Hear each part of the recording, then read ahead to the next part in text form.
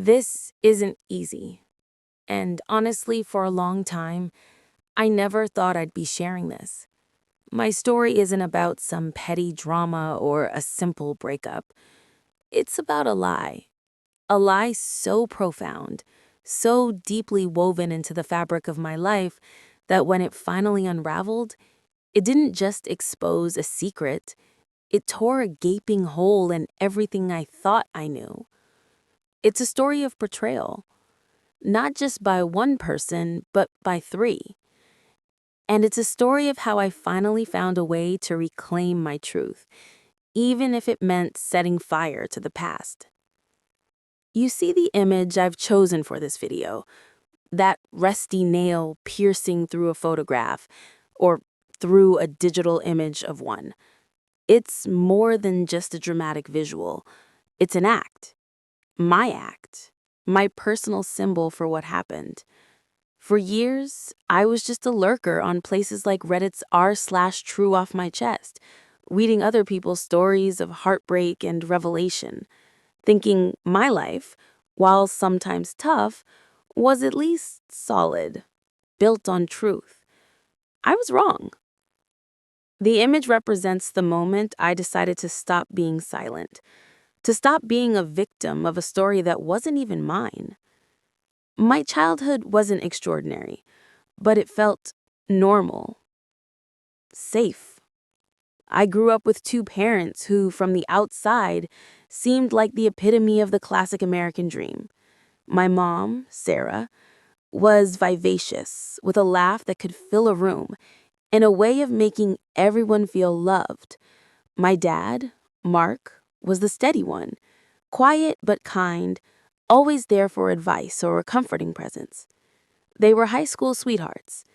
Everyone in our small town knew their story, dated through high school, married right after college, and had me a few years later, the golden couple, the foundation of our family. And then there was Uncle Dave. Not my blood uncle, but Dad's best friend since childhood. Dave was a constant fixture in our lives. He was the fun uncle, the one who'd always bring extra candy, take me fishing, tell silly jokes. He was at every birthday, every holiday, every school play. He even coached my little league for a season. He and his wife, Aunt Carol, were essentially family.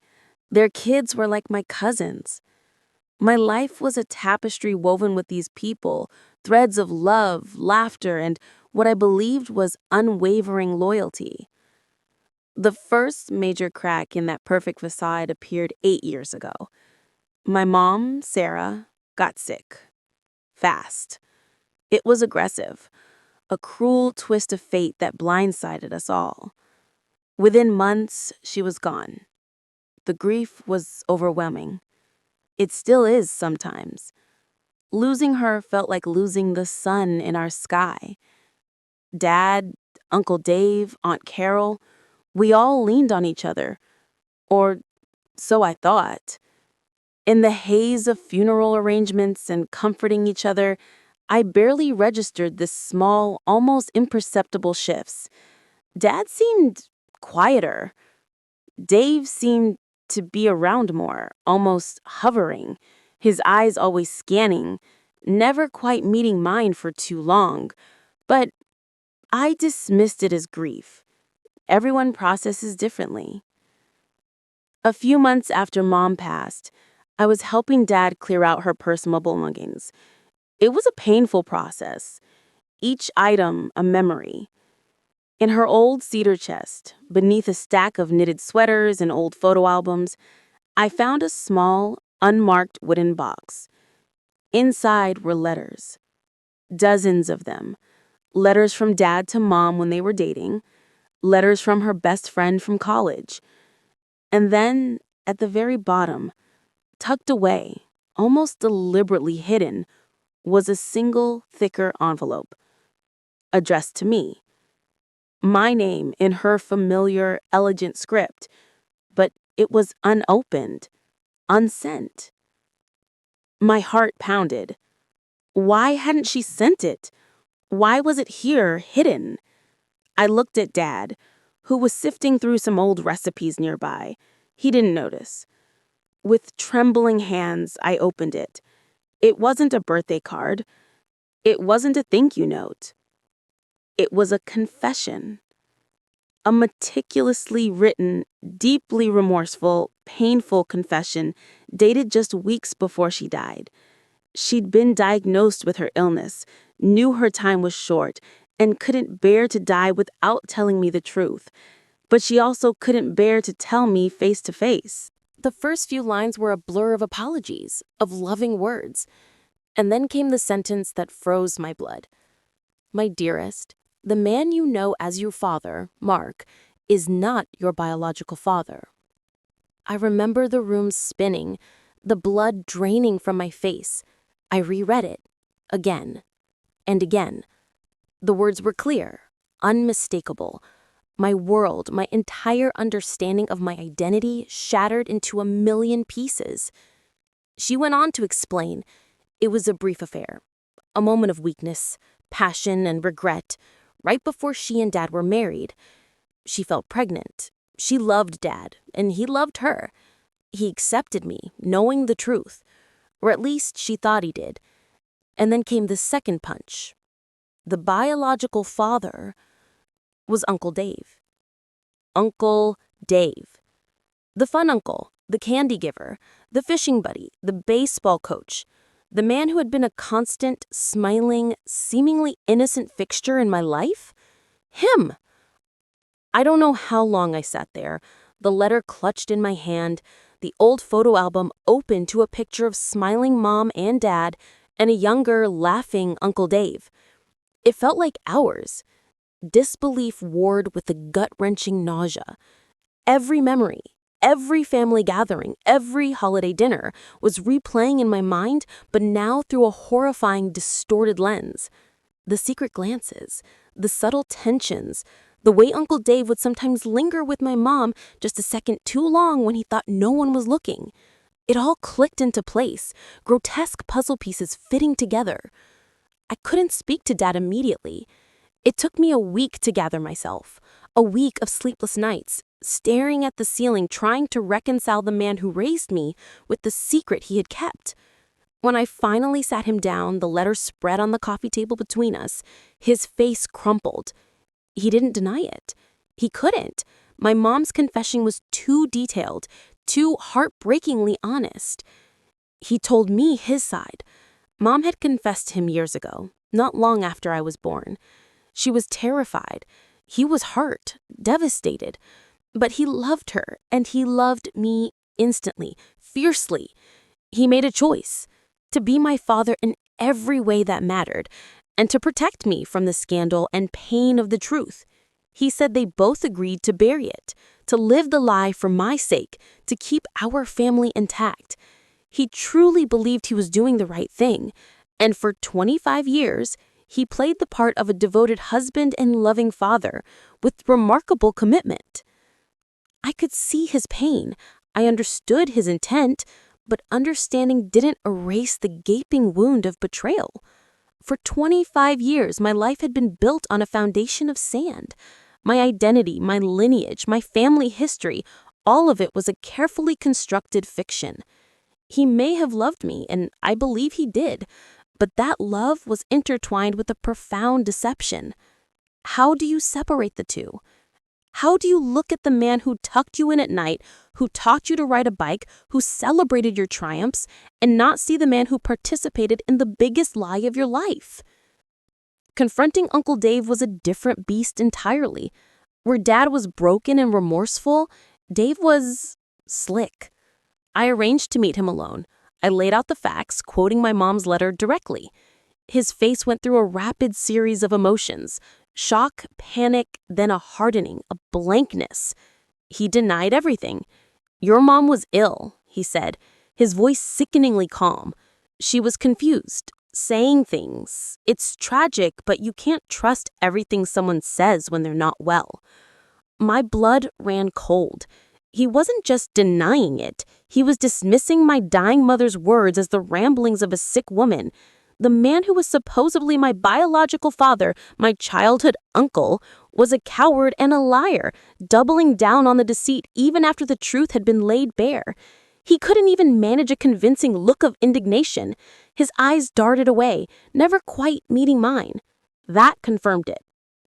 In that moment, I understood the full scope of the betrayal. My mom, in her own way, tried to make amends, to confess. But the two men, one chose to uphold the lie, however well-intentioned, however loving. The other, he was just a self-serving opportunist who got away with it for decades, and then threw my mother's memory under the bus to save face. 3 betrayals, 3 layers of deception that had defined my existence. The initial shock gave way to a cold, burning rage. It wasn't a wild, uncontrollable fury, but a deep, simmering resentment that seeped into every corner of my being. How dare they? How dare they steal my truth, my sense of self, for their own comfort and convenience? For their perfect family illusion? The tear-smudged mascara of sadness had dried, leaving behind a hard, sharp edge of indignation and a desire for some form of justice. Not legal justice, but emotional retribution. I wanted them to feel a fraction of what I felt. But what does revenge even look like for something like this? I couldn't undo the past. I couldn't erase the lie. I couldn't get back the 25 years I lived in ignorance. I fantasized about public shaming, about revealing it to Aunt Carl, who, bless her heart, had no idea her husband was this kind of monster, about blowing up their lives. But I knew that would only create more collateral damage, more pain for innocent people. I didn't want to be like them. My revenge had to be symbolic. It had to be for me. I went back to that box of old photos, found the one of my mom and father, smiling, perfect, the embodiment of the lie. The same one I'd often seen on my grandma's mantelpiece, a symbol of their unwavering love story. I looked at their smiling faces, and for the first time, I saw through the facade. I saw the complicity, the hidden secret. I tore it, right down the middle, one swift, satisfying rip that severed their fake union. But tearing it wasn't enough. It needed permanence. It needed to hurt, visually. I found an old, rusty nail in Dad's workbench, a forgotten piece of metal perfect for the job. And with a deliberate, steady hand, I drove it through the heart of that torn image. Not through my mom's face, not through Dad's, but through the empty space between them, through the heart of the relationship they had pretended to have, the one built on my ignorance. It wasn't a violent act in the physical sense, but emotionally, it was cathartic. It was a reclaiming of power. For 25 years, I had been an unwitting pawn in their narrative. With that nail, I was asserting my own. I was saying, no more. Your story ends here. My truth begins now.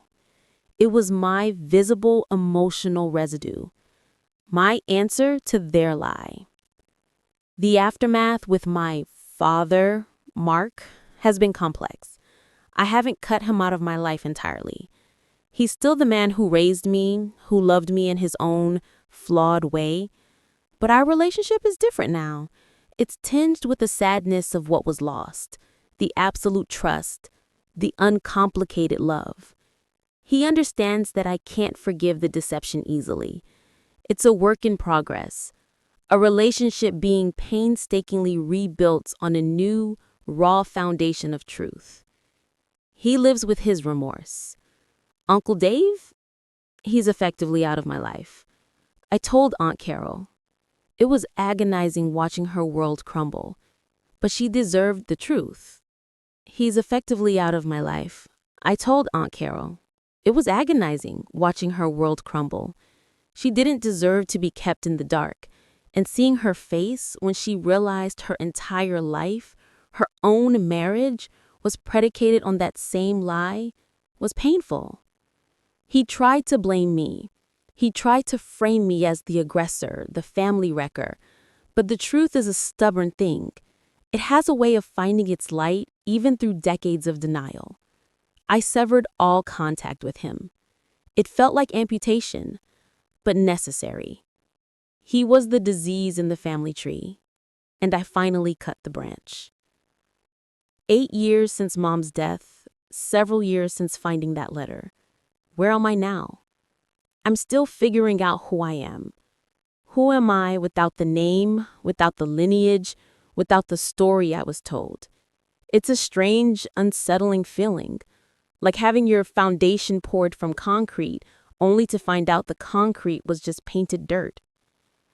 I've had to accept that my true father, biologically, is a liar and a coward. And the man who raised me, the father I celebrate, is a flawed human who made a colossal mistake out of love. I'm focusing on the love. I'm focusing on the good memories. It's the only way to survive. I'm finding comfort in the fact that I am me, regardless of the genetics. My choices, my character, those are mine alone. That realization is the truest victory I've won in this whole ordeal. The tear smudge mascara I mentioned at the start, that's what I felt when I first read the letter. Raw, visible, overwhelming sadness. The burning map, that's what it felt like to sever ties with Uncle Dave. But the photo with the nail, that's resolve. That's the feeling of taking back the power. If this story resonates with you, if you've ever felt the crushing weight of a family secret or the sting of betrayal, you know that pain defines you for a time. But what you do with that pain defines you forever. You don't have to seek ruinous revenge. Sometimes the greatest act of revenge is simply living your truth. It's refusing to be complicit in the lie any longer. I share these heavy stories not for sympathy, but because sometimes knowing you're not alone is the only therapy that works. It helps to have a community to process these things with. If you found yourself nodding along to any part of this journey, or if you appreciate the honesty we bring to these deeply personal stories, consider dropping a like on this video. And if you want to keep hearing these raw, real confessions of betrayal, triumph, and everything in between, you know what to do. I'm still healing. I'm still figuring it out. The nail is still in the picture, a permanent reminder of the lie, and a symbol of my freedom from it. Now, I'm throwing this out to all of you. What is the single biggest truth you've had to swallow about someone you love? And how did you find your resolve?